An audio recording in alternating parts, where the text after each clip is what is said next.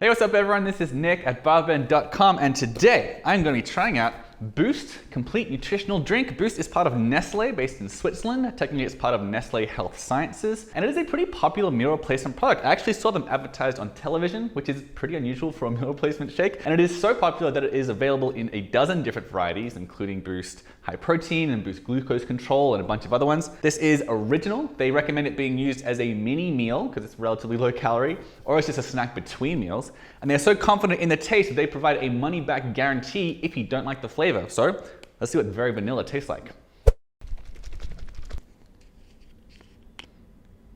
That is very good. I would not be trying to get my money back from this. This tastes fantastic. This is very vanilla flavor. More than anything, I would say it tastes like custard, like legit vanilla custard. Now, that's not a huge surprise when you look at the ingredients, because the first three ingredients are water, glucose syrup, and sugar. So there really is plenty of sugar in this product. There's 20 grams per serving, but the upside of that, it tastes like a dessert.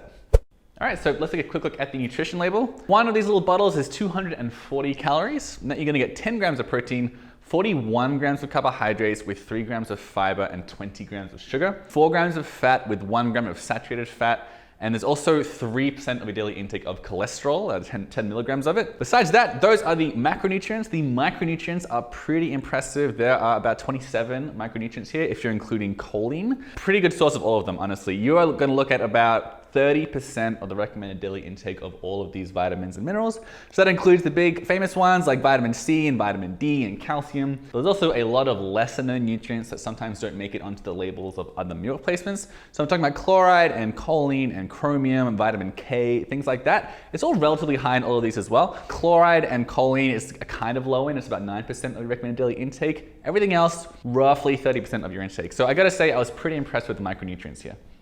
Now, as far as the ingredients go, over 98% of the contents of this product are just 4 ingredients. So it's water, glucose syrup, sugar, and milk protein concentrate. Most of the fat comes from vegetable oil, canola, high oleic sunflower, and corn oils. There's the vitamins and minerals themselves.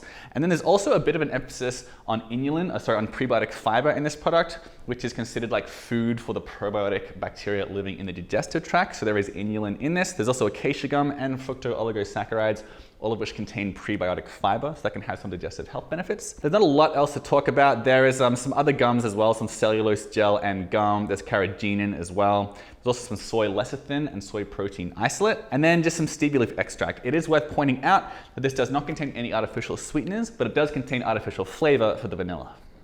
Now, when it comes to the price, one of the downsides of this product is that you can't order one at a time. You have to get them in bundles of like 6 or 12 or 24.